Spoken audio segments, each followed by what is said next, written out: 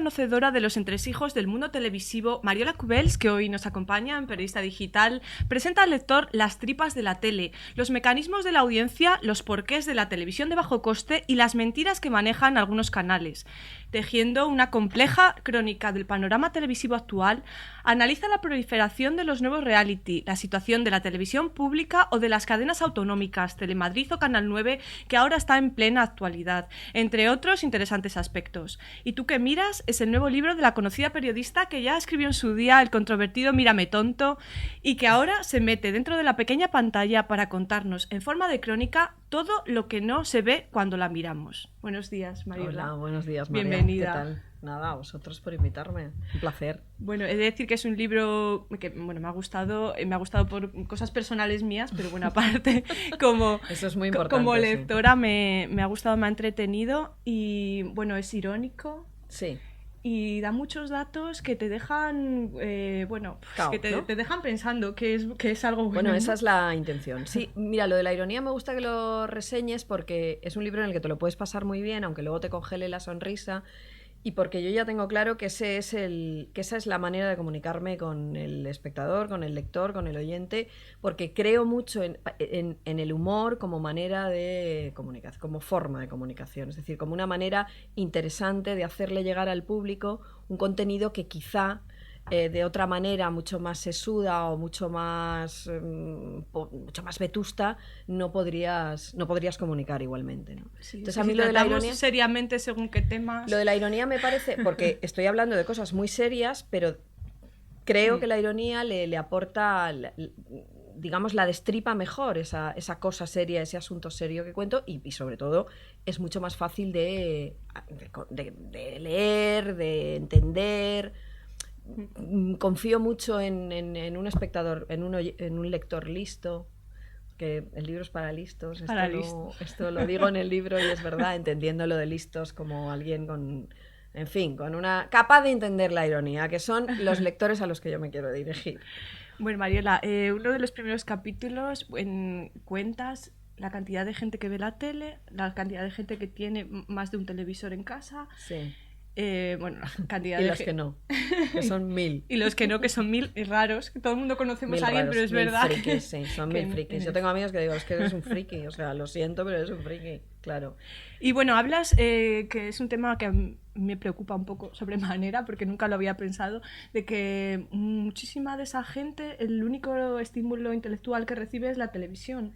Sí, bueno, estímulo intelectual es un poquito... Bueno, sí, por llamarlo de alguna manera. Sí. Y en el fondo es que es verdad que es gente que vota.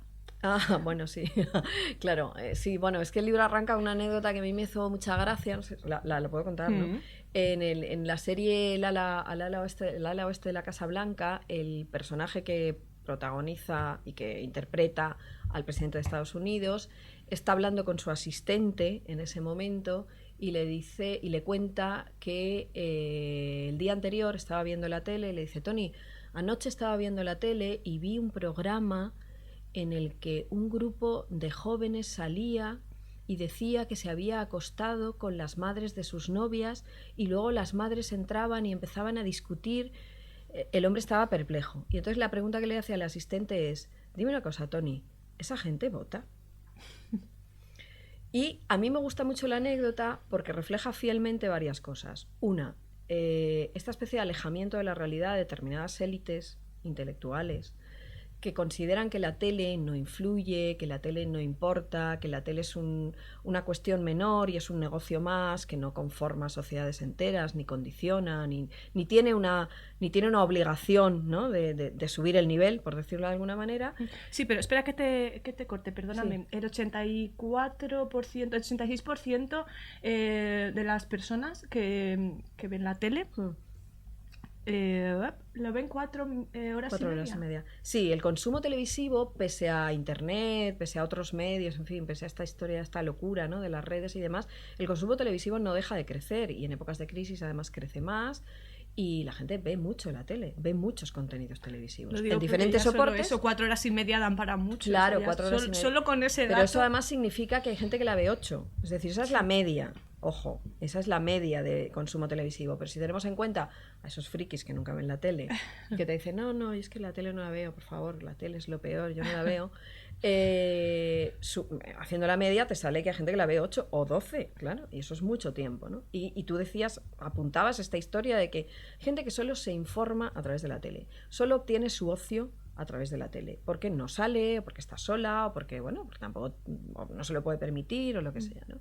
Entonces la tele es ese elemento, ese instrumento que está ahí en casa permanentemente acompañándole, que está muy bien, porque tiene una función muy interesante en ese sentido, y la tele, si la usas bien, yo siempre lo digo, es un elemento mágico. A mí me gusta la tele, yo siempre digo que yo soy analista de televisión, atípica en ese sentido, porque a mí me gusta la televisión, es decir, a mí, yo la he hecho, he trabajado en ella, y a mí me gusta como universo, me gusta como instrumento, como posibilidad, ¿no?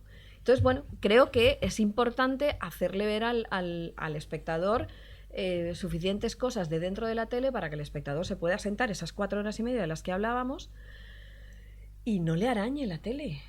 No le arañe, sí, o sea, que gente que no todo el mundo es igual frente a la tele, que la gente que quizá no tenga una capacidad para discernir, en fin, lo que está bien y lo que está mal, pues nosotros, o sea, la tele le pueda ayudar en eso, ¿no? Y no pueda abundar en lo malo, sino intentar sacar lo bueno, de la parte buena de todo, ¿no? Desde él, de su universo, en fin, de su mirada, de lo que está en la tele. Vaya. Mariola, hay un momento en el que dices que hay tele para ciudadanos de una manera, de primera, y tele para ciudadanos de segunda, o eso me pareció a mí entender. ¿A qué llamas ciudadanos de primera? ¿Los que ven los documentales de la 2? No, esto lo contaba en el primero porque yo siempre estaba muy cansada de esta especie de elitismo que muchos ejecutivos de televisión y muchos compañeros míos, o sea, la gente que hace la tele, lo que se llama la telebasura, que a mí es un término que ya no me gusta, yo siempre hablo de mala televisión ya y no de telebasura, me parece que es un término que se ha quedado ya obsoleto. La gente que hace lo que todo el mundo considera mala televisión suele ser gente muy inteligente, es decir, es gente muy cultivada, que tras hacer programas de mierda se van al Festival de Salzburgo a ver ópera, porque son mega melómanos, porque son gente que tiene otras inquietudes, ¿no? Entonces, esa gente es la que te pide que vayas a la calle a buscar al testimonio o al suceso, a lo que sea, porque eso está en la calle, que era una frase que a mí me decían mucho cuando coordinaba programas de este tipo y tal, me decían, no, es que eso está en la calle. Y yo les miraba y decía, ¿en qué calle? En la tuya, ¿no? En la urbanización en la que tú vives, ¿no? ¿Qué está? En la de la chica que hace la manicura en tu casa, o en la chica que va a tu casa a ayudar o tu interna, en esa calle está, porque en la tuya no. ¿Vamos a esa calle? ¿O vamos a la puerta del colegio de tus hijos? ¿Dónde vamos? ¿A buscar a esos adolescentes que me estás pidiendo que tienen que decir que los profesores son lo peor? ¿Dónde vamos? ¿Al instituto del barrio donde van los otros adolescentes? ¿O al colegio privado al que van tus hijos? Claro, es perverso, ¿sabes? Eso es perverso. Entonces a mí eso me preocupa, porque es verdad que hay una tele bueno, ya ni te cuento las plataformas de pago, es decir, claro, tenemos acceso a las plataformas de pago, las plataformas de pago tienen acceso a una determinada gente, un determinado colectivo, que no es la gente, no es toda la gente, no, toda la gente ve la tele generalista, que curiosamente la hacen personas que tienen otro nivel. O sea, algo así como que la tele la hace gente lista para tontos. Pues sí, básicamente, sí. La frase esta y otra frase en el libro que a mí también me tiene, a mí y a casi todos los guionistas de este país, o los creativos, o los creadores, que es la de esto lo tiene que entender mi madre, o esto va dirigido a una señora de Cuenca. La señora de Cuenca. La señora de Cuenca. La señora de Cuenca es una señora que no existe, es como un arquetipo, pero que está presente en las mentes, que es la señora de Cuenca, que a veces se transmuta en la madre del ejecutivo, ¿no? Yo recuerdo estar allí y tal, no, pero es que esto no lo entiende mi madre. Entonces yo tenía las ganas, la sensación y la necesidad de mirar a mi compañero, que era ejecutivo, era mi jefe, pero vamos, era mi compañero, y decirle, ¿yo he venido aquí a hablar del nivel intelectual de tu madre? No, ¿verdad? Hemos venido aquí a hablar del proyecto que tenemos entre manos y de cómo lo vamos a hacer. A mí, que tu madre lo entienda o lo deje de entender, es que es una cosa que no me importa para nada. Si tu madre, con todos los respetos, es lerda, yo no tengo que asumir eso. O sea, allá tú. Claro, no puedes estar bregando contra eso, ¿no? ¿Pero crees que a día de hoy se sigue haciendo tele para que la entienda Sí, la señora de Cuenca? Vamos. A modo patata. No te quepa la menor duda. Es decir, estímulo-respuesta, pero por supuesto que sí. Además es que solo hay que verla. Porque yo siempre digo que a mí no me preocupa un formato concreto que haya en la televisión. Hombre, claro, si ya coloniza toda la parrilla, pues sí, ¿no? Pero a mí me preocupa un modelo de comportamiento televisivo, que es el que está instalado, que es esta especie del todo vale, esta especie como de dejación de funciones en muchos momentos en las que no puedes o no debes dejar de lado esas funciones, en informativos, en entretenimiento, en maneras de comportarte como programador, ¿no? Para esta historia de la contraprogramación, por ejemplo, que yo lo discuto mucho con colegas míos de la tele y demás, ¿no? Claro, la tele es así, tal, la tele es así, pero es que lo que tenemos que tener claro, que es lo que yo intento decirle al espectador, o sea, no van a hacerle feliz, van a putearle. O sea, van directamente a putearle, porque ¿por qué razón usted era feliz viendo el lunes una serie que daba la 1 y el martes una serie que daba Antena 3? ¿Vale? Y el miércoles un programa reality estupendo que daba Telecinco. Vete tú a saber por qué razón usted de pronto un lunes se pone frente a la tele y resulta que las 3 cadenas no se han puesto de acuerdo, evidentemente, pero han ido a por usted y le han puesto el mismo programa el mismo día. ¿Por qué? Porque ellas lo único que quieren, no quieren hacerle feliz. O sea, no van por usted como ciudadano, como espectador, para fidelizarle, para tal. No. Ellos quieren ser líderes, ¿no? Entonces yo hablo de ese comportamiento televisivo, de esa especie como de locura instalada, que antes de la entrevista lo comentábamos, ¿no? Con esta historia de, momento, que no estamos descubriendo la penicilina, estamos haciendo un programa de televisión. O sea, nada más. No salvamos vidas. No salvamos es una vidas. De mis frases más repetidas. Claro, no. O sea, vayámonos a casa. Son las 10 de la noche. Ya no vamos a encontrar más frikis. Vámonos. O sea, por favor, relajémonos. No es. O sea, no puede ser esta la clave. O sea, no podemos estar instalados en ese. Yo cuento en el libro lo de los puntos de audiencia. Claro, mueve tal cantidad de millones de euros que es muy difícil que tú le digas las teles están hechas por accionistas, ¿no? Que lo que quieren es ganar dinero. Entonces es muy difícil que tú le digas, no, mire, este punto hace que usted pierda de un día para otro 18 millones de euros, o deje de ganar, o los gane y tal, ¿no? Pero bueno, si todos, o sea, yo confío un poco en esta especie, sobre todo en una cosa que si no tienes eso claro de partida, ya no hay nada que hacer. Para mí la tele no es un negocio más. Esto, cuando lo digo, me dicen que soy una romántica y tal. Bueno, para mí no es un negocio más. Para mí la tele es un material sensible, es un bien cultural y como tal hay que tratarlo. Entonces, claro, como yo tengo esa teoría de partida, a partir de ahí ya podemos seguir hablando. Si tú esa teoría de partida no la tienes, no hay nada, no se puede llegar a ningún acuerdo. Porque todo lo que me encuentro son este tipo de motivaciones, ¿no? Es que dejamos de ganar 18.000. Pues nada, vámonos. No hay nada más. Mariola, ahora que hace referencia a la audiencia, me interesa especialmente porque todo el mundo ha oído hablar del audímetro, pero tú has llegado a conocer a alguien que realmente tenía audímetro, o sea, que existe. Yo he conocido a varias personas, pero sobre todo... ¿Y después de conocerles, te lo crees más o te lo crees menos? A ver, yo con lo de las audiencias me pasa como lo de las estadísticas. Bueno, es una estadística. A mí me explicaba una vez uno de los responsables de esta empresa de medición, ¿no? Que funciona algo así como un mapa de una ciudad, ¿no? Pues igual no están todas las calles pequeñitas, todas las plazas, pero bueno, más o menos te puedes hacer una idea de por dónde van los tiros.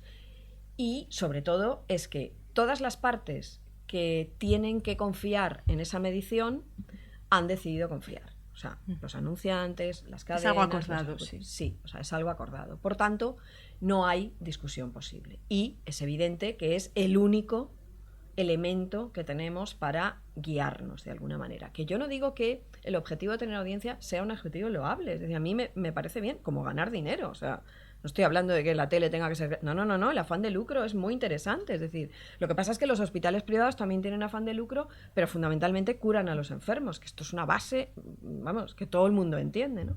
Bueno, pues en la tele debería pasar un poco lo mismo, porque hay una serie de reglas, de normas, en fin, de maneras de comportamiento, insisto, que tienen que ser igual para todos, ¿no? Y que no puede ser que nos vayamos...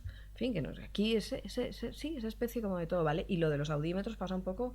O sea, lo de las audiencias pasa un poco igual, ¿no? Yo confío en ellas, sí, bueno, sí, no. Lo que pasa es que a mí lo que me preocupa o lo que me molesta o lo que me incomoda es que se sacralicen de esta manera. O que sea lo único. que no sea un elemento más.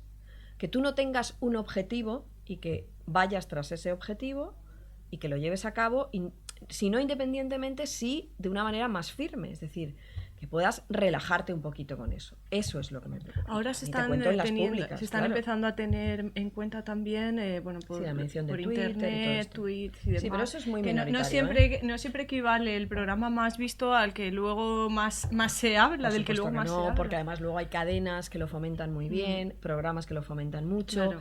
Targets, segmentos de población que ven, por ejemplo, tú encontrarás difícilmente un trending topic de un programa de televisión española.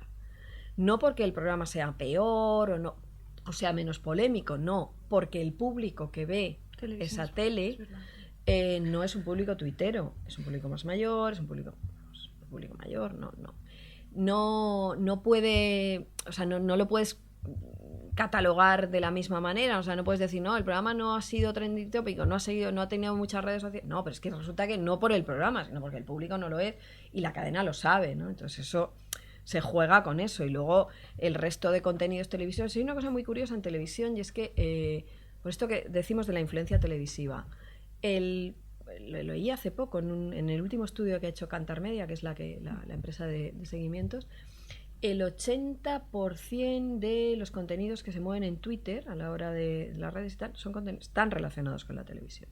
Más del 80%. Es muchísimo, ¿eh? Es muchísimo. Es decir, hay una especie como de connivencia vamos, yo, desde que está Twitter, yo la tele la veo con Twitter, yo la tele la veo con una segunda pantalla. Sí, es verdad que yo estoy enferma, claro, no soy representativa de nada, porque claro, mi manera de ver la tele es perversa, ¿no? En todos los sentidos, con las dos pantallas, con el móvil, con todo, ¿no? Pero yo la veo con Twitter, porque además es un elemento que a mí me da ideas, o sea, me da ideas de muchas cosas, no solo de por dónde van los tiros, sino de esto que hablamos, de una reacción, una especie de medición cualitativa y no cuantitativa. Es verdad que hay mucho descerebrado en Twitter y demás, pero luego hay algunas cosas así como pinceladas que dices, ostras, mira qué interesante. Me pasó con Cheers, cuando se estrenó Cheers, en el remake fabuloso de Cheers, había más ingenio en los comentarios, en los tweets que se hicieron ese día en Twitter. ¿Pero de la audiencia? No, del programa. Del programa. Es decir, el programa se emitió, ¿no? La serie empezó a emitirse. Claro. Es que no podías creer lo que estabas viendo. Entonces la gente empezó a hacer tweets sobre guionistas, supongo, creativos, no sé, o gente de la calle. Había más ingenio, había más brillantez en algunos de esos tweets que en los guiones de Cheers, por ejemplo, por ponerte un ejemplo, ¿no? Y entonces yo me di cuenta que el día dije, no, Twitter sirve para esto, claro que sí, porque eran tweets demoledores contra la serie, claro, eran decir, pero ¿qué es esto?, ¿no? Pero eran muy ingeniosos, eran muy brillantes, muy frescos, y decías, aquí hay talento, o sea, aquí hay talento de verdad. ¿Por qué este talento no está en el guión, no? No está en el guión, en lo que, vamos, en la serie, que me perdonen los guionistas de Cheers. Además, yo defiendo mucho el mundo del guión, me parece que es algo que se ha de fomentar, o sea, se ha de defender, ¿no? Se ha de valorar la figura del guionista, porque eso en entretenimiento y en ficción. ¿No? Pero bueno, no está pasando su mejor momento. Pero en este caso concreto he de reconocer que no, la cosa no fue muy afortunada, ¿no? Bueno, aprovechando ahora que hemos introducido el tema de Internet, te haces eco de una frase de Carlotti, vicepresidente de A3 Media, que me encanta, que es la televisión, o sea, Internet no vive de la televisión. O sea, Internet vive de la televisión y no al revés. Sí, exactamente. ¿Crees que es va a llegar a sustituir Internet? ¿Va a llegar a sustituir de alguna manera a la tele? Pues mira, esto es como todo. Es decir, ¿morirá el papel? Son estas grandes preguntas de tal. ¿Se reconvertirá todo? No. Yo creo que eso tardaremos mucho. Se banaliza mucho el uso de Internet, porque los que nos dedicamos a esto y los que usamos Internet tendemos a perder de vista la realidad, creyendo que todo el mundo usa Internet, todo el mundo no solo tiene Internet en casa, que sí, pero bueno, tú ves los porcentajes de incidencia que tiene la tele, injerencia que tiene la tele en las casas, y la de Internet, y no, evidentemente no es la misma, es decir, la Internet es mucho menor, ¿no? ¿Que llegará un día en el que quizá esté equiparable? Probablemente, pero que desde luego la tele no va a morir. Es que este dato que te decía de... la gente, por ejemplo, ve a través de otros soportes contenidos televisivos. pero son contenidos hechos para televisión. Es como, ¿sabes que hay dos tipos de espectadores ya? El espectador generalista y el espectador que solo ve series.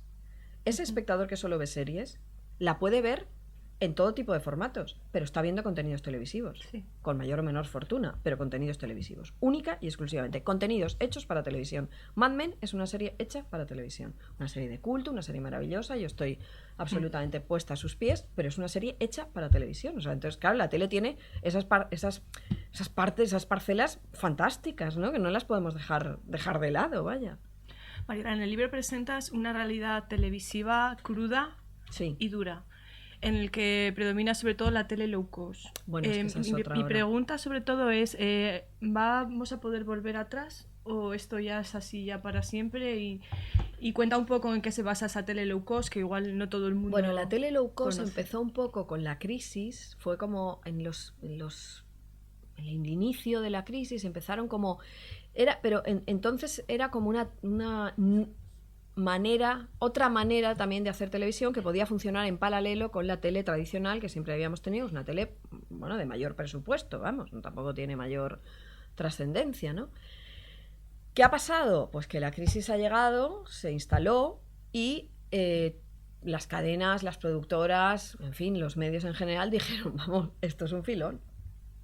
Todo el mundo se acostumbró, todo el mundo tuvo claro que había que bajar los presupuestos, es decir, la tele le pedía a la productora X que bajara el presupuesto de la serie de ficción, bajaban el presupuesto de la serie de ficción, para bajar el presupuesto bajaban el sueldo del realizador, el sueldo del guionista, el sueldo del técnico, el sueldo del eléctrico, el sueldo de tal, el sueldo del actor, vamos a rodar menos, o sea, más metraje en menos tiempo, etcétera, etcétera, etcétera.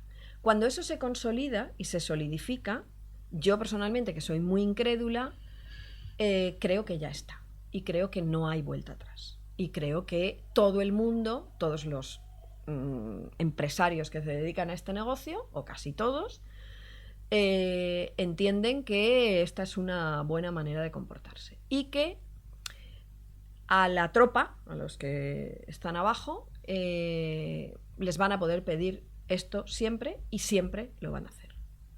¿Es letal esto? Sí, es letal. Pero, sinceramente, no sé, ojalá, me encantaría equivocarme. O sea, lo que más me gustaría en el mundo es que tras esta entrevista alguno de mis amigos ejecutivos me llamara y me dijera, no, en cuanto vuelva la publicidad a entrar, como entró... Bueno, también es que, claro, aquí habría que hablar de vamos a volver a lo que teníamos, no solo en televisión, sino en general, no. Es que yo creo que nunca más vamos a tener aquella especie como de...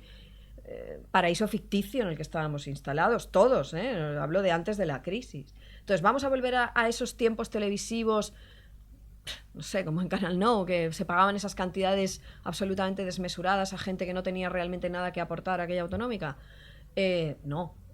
Pero entonces ya no se va a volver a esa calidad, porque claro, al final sí, todo bueno, claro. repercute, ¿no? Sí, claro. Yo eso sí que creo que va en detrimento de... Y por tanto es algo... es nocivo para el espectador, perjudicial para el espectador, pero no, yo no creo que volvamos, yo creo que estamos instalados ya en la tele low cost. La tele low cost ha venido muy bien para ajustar, ¿sabes? Reorganizar, que llaman sí, bueno, total, ahora, ¿para qué necesitamos 3 redactores si esto lo podemos hacer con uno? Con uno que no duerme, pero con uno que no duerme, pero ¿eso a quién le importa? ¿Al espectador? Que lo sabe, el espectador no. De hecho, es una de las cosas que yo cuento en el libro para que bueno, pues eso, para que al menos yo sé que la gente no va a dejar de ver la tele por saber que el redactor que hace el programa que él está viendo ha trabajado 7 días a la semana, porque ha trabajado 7 días a la semana. Ya sé que es peor ir a la mina, ya lo sé, pero estamos hablando de televisión. Es que siempre que hago esto me dicen, bueno, hay trabajos más duros. Sí, también lo sé, pero bueno, o sea, yo estoy hablando de tele, ¿no? Entonces a mí me interesa que el espectador sepa que eso es así, y que es así porque alguien ha tomado esa decisión y porque la tele se hace así ahora mismo, ¿no? No sé, es que me parece muy básico. Y la tele pública, haces mucho ahínco en este tema y bueno, no sé, el panorama que describes tampoco es mucho mejor. No, la tele pública, yo creía en mi ingenuidad que tras los 8 años que creo que es una de las cosas que siempre se podrán salvar de Zapatero, una de las pocas cosas que siempre se podrán salvar de Zapatero, esos 8 años de gloria que nos dejó en la tele pública con, y los digo siempre, Fran Llorente a la cabeza. por favor, viva Fran Llorente. Es decir, es que no me canso de repetirlo. Porque si hay alguien que consiguió que eso fuera así, fue él. Zapatero dejándole hacer y luego él colonizando esa manera de comportamiento en todo su... en fin, con todo su equipo, que eran muy válidos y muy conscientes del servicio público, y consiguieron que tú, como ciudadano, maduro televisivamente hablando, te sintieras orgulloso de tu tele pública. Me juego con quien quiera el análisis pormenorizado de todos y cada uno de los espacios informativos de aquella televisión, al margen de fisuras, de problemas económicos, de entuertos que siempre tiene una maquinaria como la tele pública después de tantos años. Pero me juego el análisis de cualquiera de esos y la comparación. Bueno, ya no te cuento de antes, de la época de plomo, de Alfredo Urdazi, sino de ahora. Sí. Pero ahora hablas de que hay ciertos temas como Bárcenas, como el asunto Urangarín, bueno, y otros tantos, que parece que por falta de tiempo se suelen caer de escaleta. Sí, esto es una pero cosa muy que habitual, no me creo que en la época de Fran Llorente no hubiera temas como tema Faisán o Chávez y el dinero de sus hijos, que no. Sí. Hay una cosa... Por falta de tiempo tampoco... Pues no, te voy a contar. Hay una cosa fundamental y es que intentarlo lo intentan todos. Es decir... Yo cuento en el libro algunas anécdotas, en el capítulo se llama Los progres también manipulan, ¿no? También lo intentan. De intentar llamar. O sea, las llamadas siempre se dan. Yo he hablado con muchos de mis colegas que estaban en el equipo directivo en aquel momento y es eso. Intentar, lo intentan. Es decir, la llamada sucede. Otra cosa, y además a mí me parece bien, cada uno puede llamar y decir, oye, mira, es que este tema no es así, o intentar, en fin, vender su moto. Aquí cada uno tiene que vender su moto. Pero la ventaja, la maravilla del servicio público es que tú no dependes de nadie. Solo el ciudadano es tu señor. Y ese ciudadano merece que tú le respetes y que tú tengas claro que estás haciendo una televisión pública y sobre todo que tengas sentido común, criterio. Ya no estoy hablando ni de objetividad, no, honestidad y sentido común. Entonces, esa llamada sucede, pero si tú eres cabal y lúcido, sabes si esa llamada tiene sentido, porque a lo mejor tiene sentido, a lo mejor te estás equivocando, a lo mejor estás dejando pasar un tema que es verdaderamente interesante. Pero si alguien te llama para decir, mejor que el caso Faisán no lo des, tú puedes decir, no, mira, es que el caso Faisán lo voy a dar. Y lo das. Y esa es la historia. ¿Pero tú crees que se daba? Claro que se daba. Bueno, es que lo podemos comprobar. Pero es que tú ves los informes semanal de aquella época y ves en lo que se ha convertido ahora y quieres morir. Bueno, y si no, que alguien me venga y que me diga, sí, vamos a analizar, como yo hago en el libro, un informativo punto por punto y vamos a ver qué estaba haciendo en ese momento, o sea, qué estaba pasando y qué estaba dando en el informativo. Tenemos ejemplos. Acordémonos de aquel ejemplo mítico de la manifestación del 11 de la manifestación del 11 de septiembre en Cataluña. O sea, ¿pero cómo que la llevamos? Bueno, le costó el despido, el cese de la editora del informativo. Entonces, esa televisión pública que se puede hacer, que se demostró que se podía hacer, que era una cosa posible, que era una cosa real, se ha ido al garete.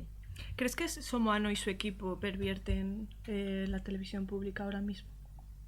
¿La pervierten en qué sentido? Sí, claro. No. Vamos, el comportamiento televisivo, el comportamiento a la hora profesional que está teniendo desde que tomó posesión el nuevo equipo directivo de Televisión Española ha conseguido varias cosas. Una, eliminar el prestigio, que es una cosa que se pierde con una facilidad impresionante, y luego la pérdida de audiencia, que tiene poco que ver con esta historia de no, es que hemos bajado el presupuesto, me da igual. O sea, la gente deja de ver los informativos porque le da la espalda a una realidad que sencillamente ve claramente que no. O sea, tú a la gente ya no la puedes engañar como la engañabas hace 10 años.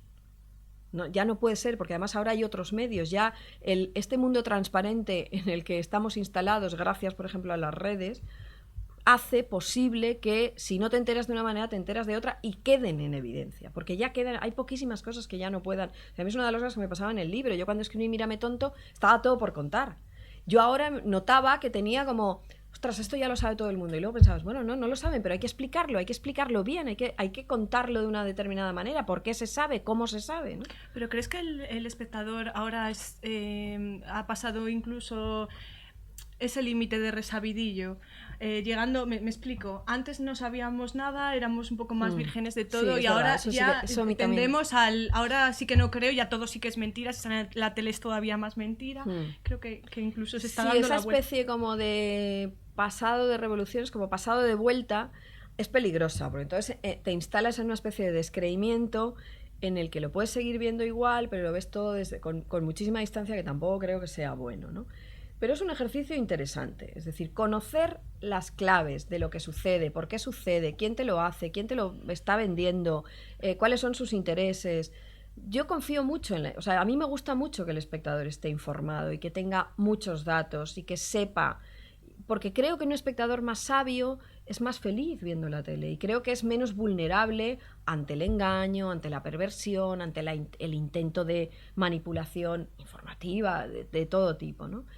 La gente ve la publicidad y sabe que el anunciante y el creativo le está intentando vender un producto, ¿no? Y lo sabe, no pasa nada. ¿Y crees que con Televisión Española pasa un poco eso? No, pero lo que te quiero decir es, lo sabe, pero todos aceptamos las reglas del juego y sobre todo, lo único que le vas a pedir, y de hecho está controlado, es que no te engañe, no te diga que el producto tiene tales propiedades y no las tenga, ¿no? Y luego él cree, evidentemente, que es libre de comprar el producto o no comprarlo, luego ya empiezan los mecanismos estos, pero digamos que las reglas del juego están claras. Yo pido eso, yo solo pido eso, ¿sabes? Yo quiero eso. Yo quiero que el espectador tenga claro que el equipo directivo de determinados medios públicos ahora mismo, bueno, en fin, es que no vamos a hablar de Canal No, porque entonces ya podríamos ocupar, claro, pero bueno, luego, es un tema que además me provoca desgarro, ¿no? Pero al final, ¿qué pasa? Pues que no, que el espectador te da la espalda porque el espectador tonto del todo no es. ¿Crees que ahora mismo la gente es consciente de que Televisión Española manipula? Bueno, no sé si manipula o tergiversa, no sé bien cómo lo prefieres decirlo tú.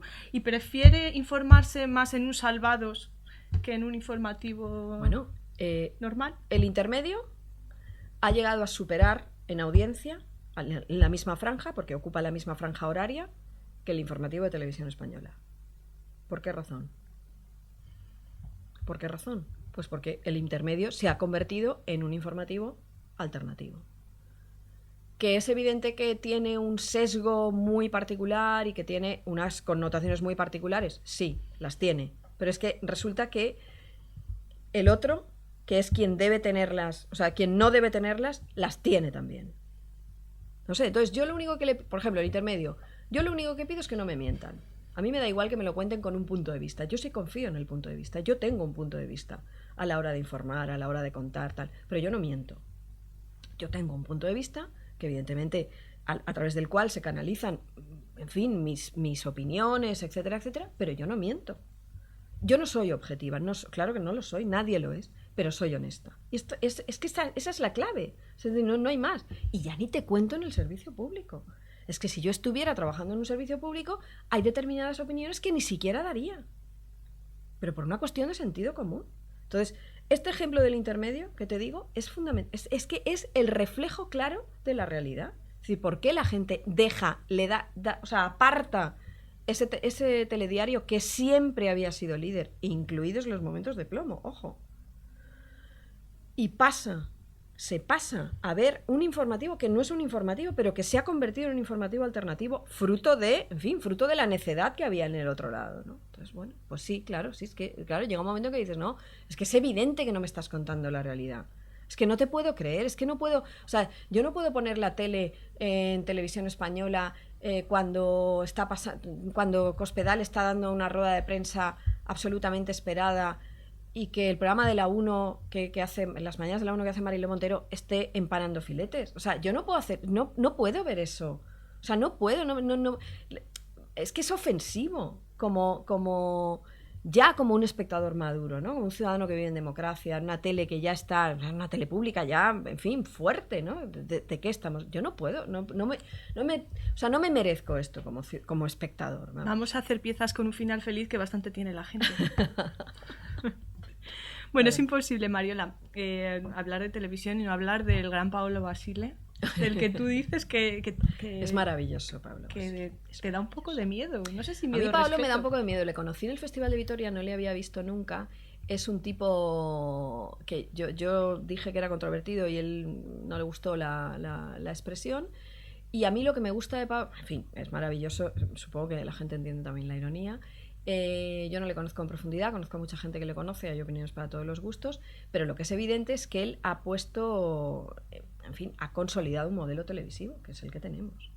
Además, algo así como telebasura es todo aquello que baje del 20% sí, de audiencia, que bueno, ahora ya será un 15%, pero es una Pablo frase tiene que una lo cosa muy resume buena. todo. Claro, Pablo tiene una cosa muy buena, es que cuando habla da solo titulares, todos lo sabemos, todos los medios cuando vamos a alguna, o los que hemos estado con él y tal, sabes que yo hablando con gente así de su entorno y tal, claro, muchas veces se quejan de, a veces nos gustaría que fuera, que no diera tantos titulares así potentes, ¿no? Pero él abre la boca y da siempre titulares. Entonces él, como él lo controla todo en Telecinco, nada que pasa en Telecinco no ha sido, digamos, supervisado, sí, más que controlado, supervisado, que bueno, está bien, ¿eh? Él es el que manda allí y el que tiene que tener claro, y de hecho esa tele funciona bien por él, cuando funciona bien por él, y cuando funciona mal, también funciona mal por él, y él vamos, además él lo dice claramente en determinadas entrevistas. A mí me gustó mucho una entrevista que salió en El Mundo, que el titular era Llevo una vida de mierda. Y lo explicaba, ¿no? Explicaba esta locura de las audiencias, de cómo él se despertaba con el móvil y esa audiencia, que es una cosa que también la gente tiene que saber, condiciona tu día entero y tu mes y tu en fin, y tu universo, ¿no? Y entonces, claro, es un tipo muy paradigmático en televisión, que ha marcado además una tendencia y que ha creado una escuela televisiva que algunos consideran que es con buena fortuna, yo no lo creo así, y que, vamos, pero que está claro que es un pilar fundamental de la tele ahora mismo. De la telebasura. Bueno, el sí, concepto de la mala tele. A mí me parece hay una más frase que dice él que te hace seco, que me parece grandiosa, que es: yo hago la tele que tengo que hacer, no la que me gustaría hacer, claro. Y por supuesto no la que veo. Sí. Y eso ya, pues... Eso es, claro, esa es la frase que resume un poco todo lo que yo decía de los ejecutivos y demás. Por eso a mí me gusta Pablo en ese sentido, ¿no? Porque nunca se anda con chiquitas, es decir, él dice las cosas tal cual, es transparente en eso. Otra cosa es que luego ya se intente como justificar estas cosas y demás, y con esta frase de él ha tenido polémicas con gente que le ataca o que le dice y demás, y yo personalmente creo que tanto él como otra gente como él, pues no acaban de... Claro, esa frase lo resume todo, ¿no? Tú no acabas de llevar bien, claro, a ti te gustaría hacer Mad Men, ¿no? Por decir... Hay ejemplos, ¿eh? Yo me acuerdo con Jorge Javier Vázquez en una entrevista, también en un medio, decía que él cuando llegaba a casa después de hacer 4 horas de Sálvame se ponía Mad Men, ¿no? Y a mí aquello me pareció absolutamente fantástico, ¿no? Porque era la esquizofrenia pura y dura, porque yo que estoy enganchada a Mad Men y que me parece, o sea, que sería como, Mad Men sería como el reverso de la moneda de Sálvame, ¿no? Si tú tuvieras que poner, claro, si tú tuvieras que poner en el blanco y el negro, pondrías esos dos conceptos televisivos, ¿no? Y funciona mucho, sí, está permanentemente presente en televisión. Pablo dijo hace poco una frase hablando de la tele y tal, también muy buena, diciendo que una tele no puede ir bien en un país que va mal. Y es real también, porque mira cómo estamos. Es decir, claro, mira cómo estamos en el país. Claro, ¿qué le pedimos a la televisión? ¿Que sea maravillosa? No, claro. Bueno, hablas de que Paolo Basile tiene una capacidad de perdón enorme. Te das ejemplos clave como, bueno, María Teresa Campos, que en su día le dijo de todo. Por favor. Isabel Pantoja, claro, y bueno, otros casos. Pero al que no perdonó, por lo menos le costó perdonar, fue a ese bloguero que Pablo decir ya, Pablo Herreros, se cargó la noria. Sí, se lo podemos, sí. Ya es algo aceptado, ¿no? A Pablo le conocí para el libro, nos conocíamos así de haberle tenido en la radio alguna vez y demás, pero no nos conocíamos por cierto, creo que ha sacado libro. Ha sacado un libro, me parece que fantástico, El poder de las personas, aprovecho aquí para decirlo. No lo he leído aún, pero bueno, conociendo a Pablo tiene que ser fantástico. Y me sorprendió mucho conocerle porque yo también me había quedado un poco con la idea esta de que, de que tenía intereses ocultos para atentar contra la noria. Y desde aquí digo ya que no. Es decir, cuando conoces la historia, yo la cuento en el libro porque me pareció que reflejaba, que ejemplificaba muy bien, en fin, la perversidad de la televisión, ¿no? Y no, a Pablo no... al final acabaron bien, porque bueno, al final siempre se acaba bien. ¿Por bien. qué crees que al final porque era la lucha de David contra Goliat, Goliat decidió perdonarle de alguna manera? Pues ¿Qué tipo mira, de interés ha podido tener Pablo Basile? Porque supongo que a lo mejor, esto desconozco los pormenores, no tengo ni la más mínima idea de cómo fue la cuestión judicial y demás, porque aquello llevó a Pablo a ponerle una demanda y a pedirle una cantidad económica desmesurada. Cuentas que Pablo pasó miedo, hubo muchos días que se levantó, porque que Pablo no podía dormir por la noche. Fundamentalmente porque Pablo es un tipo normal y corriente, es un periodista normal y corriente que nunca había tenido que él hacía su trabajo, que nunca había tenido ninguna controversia. Pero, y Mariola, tú que hablaste con él, ¿qué le llevó a un periodista normal y corriente a meterse en tal berenjenal? El hartazgo y es que claro, una cosa que está minusvalorada, pero que es real, la honestidad. Es decir, él de verdad cree que la tele no debe pagar delincuentes e inició una batalla televisiva para conseguirlo. Y movió cielo y tierra. Y la gente desde fuera dice, no, pero algo querría. No quería nada, solo quería eso, solo quería... Es decir, ¿yo qué quiero con estos libros? ¿Yo qué quiero con mis tesis? A mí me gustaría escribir libros amables y no ser el azote y no estar aquí en plan eso, de esta guerra que luego te llama gente que dice, pero ¿por qué has dicho esto y tal? No, a mí también me gustaría escribir libros amables y jujujaja y contemporizadores. ¿Y qué persigo? ¿Forrarme? No, para eso me hubiera quedado haciendo tele y hubiera sido directiva de televisión, claro. Bueno, no sé si te forrarías tal y como está el tema, pero... No, pero entiéndeme, que no, pues ¿qué quería? Eso es que parece una cosa, parece algo completamente heroico, ¿no? Parece una cosa imposible. ¿Crees que en algún momento se ha llegado a arrepentir de ese acto heroico? No, estoy segura de que no, pero porque lo he hablado con él, vamos, es que lo hablé con él, tuve una larga conversación con él y te puedo garantizar que no. Lo pasó muy mal porque era lo que tú has dicho, David contra Goliat, y porque te digo una cosa, estar en este lado muchas veces es tremendamente incómodo y tremendamente, porque ir contracorriente siempre es muy desgastante. Tener ahí como esa especie de visión un poco crítica, un poco contraria a lo que hay, no, o sea, lo más fácil, lo que te da más tranquilidad vital, incluso, sí, más paz, es lo otro, ¿no? Entonces, estar en ese lado no es una cosa fácil, no es una cosa para nada, es fácil, para nada. Yo te digo, yo lo digo, bueno, pero yo cuando tengo que vender esta historia y tal, dices, yo, ¿por qué no habré escrito una novela romántica y estar aquí hablando del amor inconmensurable?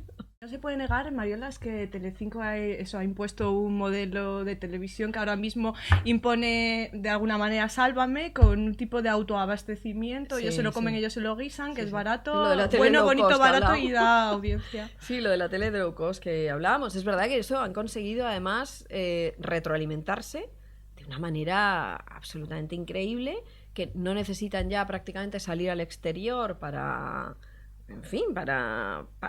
llenar de contenidos el bucle en el que se instala la cadena, y eso lo han conseguido fenomenal. Claro, más a mí me llamó la atención. Yo hace ya un par de años, cuando empecé a ver que eran los propios colaboradores, por ejemplo en este caso de Sálvame, los que se convertían en protagonistas, dije, ostras, han inventado otra manera, o sea, han descubierto un filón, claro, aquí, porque eso es muy barato. O sea, tú solo ya tienes que pagarles a ellos, ¿no?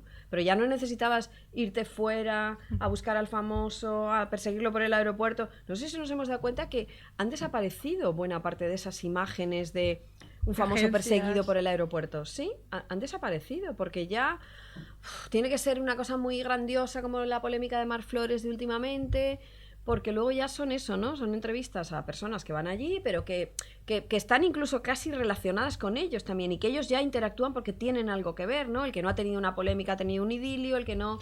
Yo muchas veces pienso que el truco de Sálvame, o la magia de Sálvame, es que es una especie de reality en directo, porque se van peleando, van llorando, luego esperas al día siguiente a la reconciliación. Sí, y luego, sobre todo porque ese tipo de programas son muy fáciles de ver, y siempre lo digo, van dirigidos, están hechos para que tú no puedas apartar la mirada como y a los impulsos más primarios, y son 4 horas de alimentar la bestia, claro, y eso es facilísimo. Es que eso, a ver, es facilísimo en el sentido de dotarlo de los contenidos necesarios para luego, evidentemente, tienen en su haber la capacidad de permanentemente darle la vuelta a eso y alimentarlo y subir el listón y dotarlo de contenidos un poco más altos en ese sentido, etcétera, etcétera. Lo que yo no entiendo es si nadie ve Sálvame, porque yo con todo el mundo que hablo, nadie ve Sálvame, es cómo puede funcionar tan bien. Bueno, Sálvame lo ven, claro, luego también por esa sacralización de las audiencias. La gente ve solo documentales de helados. Claro, porque no está bien visto ver Sálvame. O sea, ¿por qué Jorge Javier dice yo me voy a casa y veo Mad Men?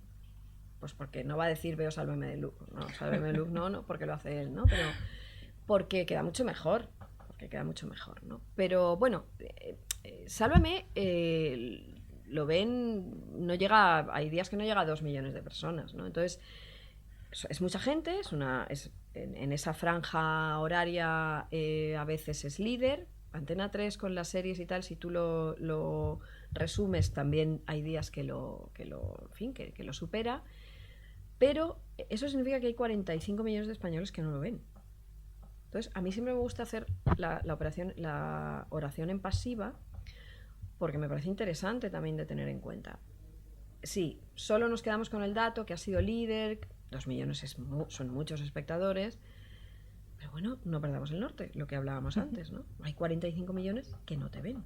Entonces, ya está. O sea, bueno, relajémonos. Es que esa es mi intención. Relajémonos. Esta es la clave, vamos. Lo que está claro es que si no lo vieran Leticia Ortiz, doña Leticia Ortiz no conocería a Belén Esteban. Bueno, eso ha sido un momentazo, sí. Eso todavía no tengo articulado un discurso alrededor de ese gran momento que me parece que define un poco también lo mal que estamos. Bueno, eso para el siguiente libro, ¿no? Sí. Puede ser un buen comienzo. Sí. Mariola, hablas también de un género que prolifera ahora mismo, que es el de las tertulias. Hablas de que buscan un poco el aplauso fácil y de que no importa tanto lo que dicen, sino el espectáculo, el cómo lo dicen. Sí, es el info show este famoso. Mira, hay una cosa curiosa, y es que ahora que hablábamos de Sálvame, yo creo que esto que decía yo de colonizar la parrilla, se ha salvamizado buena parte de las cosas que suceden en televisión. Por ejemplo, los debates, incluso los informativos, ¿no? Esta especie de banalización. Incluso los deportes, me atrevería a decir. No, y ahí va, esa era la tercera pata. Es decir, estas tertulias que proliferan ahora en el mundo deportivo, a mí no me interesan nada los deportes, pero yo me quedo estupefacta. O sea, lo veo y digo, no puede ser, claro, ya están los señores también que se les hincha la vena hablando del fútbol, y que ya estoy segura que ya el contenido de esas tertulias ya se pide de alguna manera, o ya cada uno sabe que tiene que estar airado, ¿no? Que tiene que ser vehemente y ponderar cosas que dices, ponderar lo obvio, ¿sabes? Pontificar lo obvio, que dices, perdona, relájate también, que no estamos hablando ni siquiera estamos hablando del dato del paro, que es muy fundamental. No, estamos hablando de una chorrada. En el mundo del deporte, por supuesto, claro, a mí no me interesa, pero bueno, da igual, es que no puede ser que tengamos esta vehemencia, esta especie como de poner toda la carne en el asador por si ha sido falta o no ha sido falta, o por una tontería que le ha pasado a un jugador, ¿no? Y esto ha llegado ya a las tertulias deportivas, que es una cosa que, pero además han proliferado de pronto con estas modas televisivas, ¿no? Y esto ha llegado, por supuesto, a los debates televisivos de cadenas serias como La Sexta, es decir, que se supone que tienen... Es verdad que intentas apartarte un poco del... Pero esto pasó con el Gran Debate, ¿no? Que en Telecinco, claro, era imposible que Telecinco hiciera un gran debate y se quedara ahí como en plan Florecilla del Campo. No, íbamos a hacerlo para todos. Yo creo que además 59 segundos hizo mucho daño en esto, lo de bajar el micro y convertir ahí como tenías que dar titulares. No. Entonces, se ha perdido, por ejemplo, el debate sosegado. Se ha perdido la pausa televisiva, se ha perdido... por eso, a mí me hace mucha gracia Salvados, que la gente diga, es muy bueno el programa. Bueno, pues Salvados, al fin y al cabo, son entrevistas sosegadas. Entrevistas tranquilas, en la que tú le das tiempo al otro tipo a que argumente. Ayer, en el Salvados de Precarios, el señor francés... Bueno, hizo un alegato de lucidez, de sentido común, de honestidad, en fin, de frescura, que era una gozada televisiva, ¿no? Y ¿eso qué era? Una entrevista. Era un tipo como Jordi Évole, que claro, es un tipo maravilloso, con una naturalidad, con una especie de saber estar, con un comportamiento humilde a la hora de hacer televisión, que yo he hecho mucho en falta, con un no dar por sentado nada, capaz de hacerle una entrevista a un tipo como aquel, que tiene algo que decir, que tiene algo que contar, algo importante que nos sirve como ciudadanos, y tú le das el tiempo suficiente para que se explique. Es fundamental eso.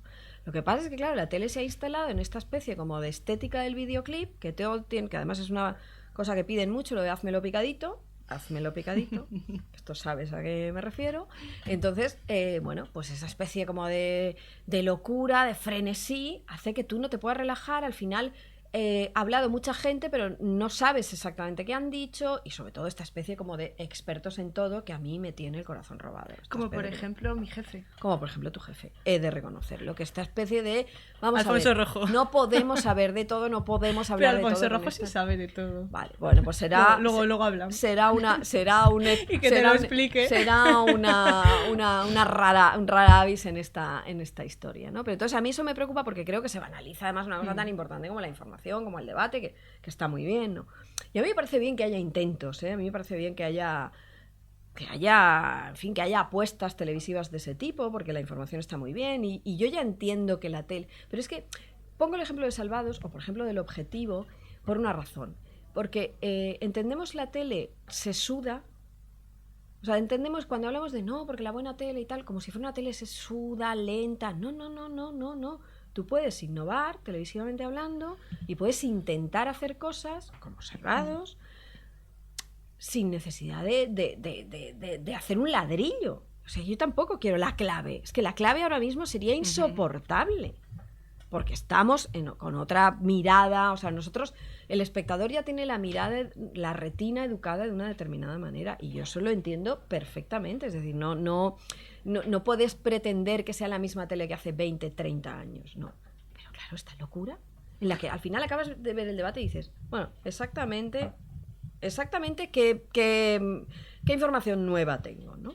Pero yo creo que esos tertulianos ya han aprendido su papel y el público ya sabe lo que espera de cada tertuliano. El caso de Paco Maruenda. Sí, el caso de Paco Maruenda es bastante curioso. Yo creo que además lo hemos convertido a él, que no era nada no es nada carismático, de hecho, pero lo hemos convertido nosotros, a los espectadores, con los trending topics, incluso con la crítica hacia él, lo hemos convertido en un personaje. Es decir, gente que no está para nada en su línea, ¿no? Espera con devoción, me incluyo, espera con devoción esos momentos en los que él en Twitter cuelga su portada, ¿vale? Porque hay un momento mágico en Twitter a partir de las 12 y pico de la noche en la que gente que nunca leería La Razón, le dice: Paco, por favor, estoy esperando, me voy a ir a dormir, necesito tu portada, como si fuera la dosis, ¿no? ¿Por qué? Pues porque la portada de La Razón para mí es el antiperiodismo, absolutamente, ¿no? La portada y buena parte de sus contenidos. Y esto es evidente que es así, ¿no? Entonces él se ha convertido en un personaje televisivo porque... ¿por qué lo llevan? Bueno, pues porque es una cosa que se dice mucho en la tele, que es que da juego.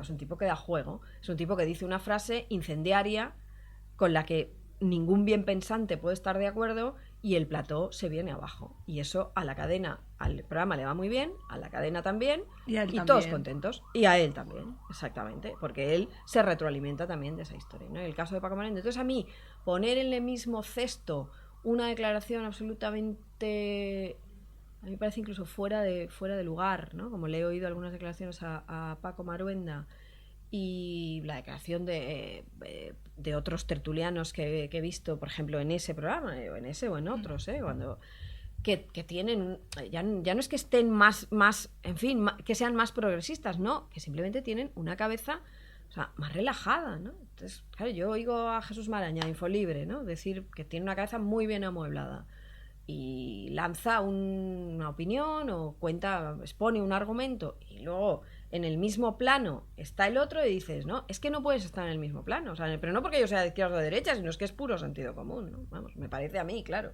Todo esto son opiniones personales, evidentemente. Mariola, no podemos tenerte aquí y que te vayas sin hablarnos de la crónica de lo que podría venir siendo la crónica de una muerte anunciada, que es el cierre de Canal No. Tú que has trabajado muchos años allí. Yo soy de allí, además, y yo esto lo he visto, no diría que lo he visto venir, porque no, la verdad es que el cierre no nos lo esperábamos, yo creo que prácticamente nadie, salvo algunos que tuvieran información privilegiada. Lo que ha pasado en Canal No ha sido muy triste, muy triste, muy triste, no solo por el cierre, sino por todo lo que ha rodeado ahora mismo al cierre y por todo lo que significa. Es decir, yo extrapolaría el cierre a todo lo que sucede ahora mismo en la gestión del gobierno de la Generalitat, que es lo que a mí me preocupa y lo que a mí me asusta, ¿no? O sea, yo creo que una Generalitat que no ha sabido gestionar esa tele, no tengo por qué confiar en ella para que gestione bien cualquiera de las otras partes que debe gestionar en la comunidad en la que vivo, ¿no? Y el ejemplo de Canal No es algo que debería hacer reflexionar a otras televisiones autonómicas que también han sido muy criticadas por manipulación, por malversación, por escándalos varios. Telemadrid, y a la tele pública, Telemadrid. Lo que pasa es que Telemadrid ya han presentado el recurso en lugar de... Creo que Ignacio González estos días debía pensar algo así como, ¿por qué no lo hice yo? ¿No? Yo creo que esto sí que va a ser el golpe definitivo a Alberto Fabra. Creo que esto sí. Yo el sábado estuve en la manifestación en Valencia y sinceramente me sorprendió ver tanta gente, porque yo soy un poco desconfiada de la capacidad de movilizarse de mi sociedad civil, ¿no? Y me sorprendió gratamente que hubiera tanta gente que no tenía nada. Gente además que había dejado de ver Canal No, es decir, porque esa es otra. Es decir, nosotros hace muchos años, que esa tele ya no tenía sentido para la gente, para lo que hablábamos antes de ver un informativo que ya consideras que no. Entonces, bueno, de hecho se había quedado muchos ejemplos de manipulación clara. Claro, de hecho se había quedado en un 3% de audiencia fruto de la, en fin, de la nada y del vacío en el que estaba instalada esa tele, ¿no? Y una cosa que no puedo dejar pasar es, que también me ha robado el corazón, es esta historia de durante muchos años muy poca gente se quejó, es decir, allí hubo una especie como de defenestración de buena parte de los profesionales que no eran maleables, que se quedaron en los márgenes. El 99% de esos profesionales se han ido a la calle con el ERE, ¿vale? Un ERE arbitrario que la justicia ha tumbado, que es muy importante, y, oh casualidad, la gente que se quedó solo ha salido ahora, que es cuando iban a perder su puesto de trabajo, para defender el servicio público. No están defendiendo el servicio público. Lo único que temen es quedarse sin puesto de trabajo. Porque durante 20 años han acatado y consolidado el modelo que nos ha llevado al cierre. Porque si esa tele no se hubiera convertido en un producto completamente innecesario, pervertido por la manipulación, endeudado hasta la náusea, con escándalos sexuales incluso, ningún gobernante se atrevería a decretar el cierre, porque sabría que hay una sociedad civil armada que defendería ese modelo televisivo. Pero nadie puede defender ese modelo televisivo. Yo no la puedo defender. Es decir, yo confío mucho en el servicio público, pero yo esa tele no la quiero. Yo la tele que teníamos no la quiero. Mariola, tú que viviste de alguna manera su época dorada, ¿se puede decir que su época dorada era cuando había tantos millones y millones, en la época de Tómbola, por ejemplo? Sí, la época dorada, económicamente hablando, desde luego, ¿no? Porque aquello era un derroche. Bueno, claro, época dorada en el sentido de endeudamiento, ¿no? Época dorada en el sentido de nos endeudamos y no pasa nada. O sea, por esa tele han desfilado, entre comillas, grandes estrellas televisivas del panorama nacional que venían allí a rendirnos pleitesía a los pueblos valencianos, que fíjate qué favor les hacemos viniendo aquí a hacer programas y a llevarse una pasta. Hoy leía unas declaraciones de Sánchez Dragó apostando por el cierre de Canal No, y se nos olvida, y a él igual también se le ha olvidado, de que cobraba, pues creo recordar que eran 9 en aquel momento en pesetas, pero bueno, algo así como 9.000 euros por programa.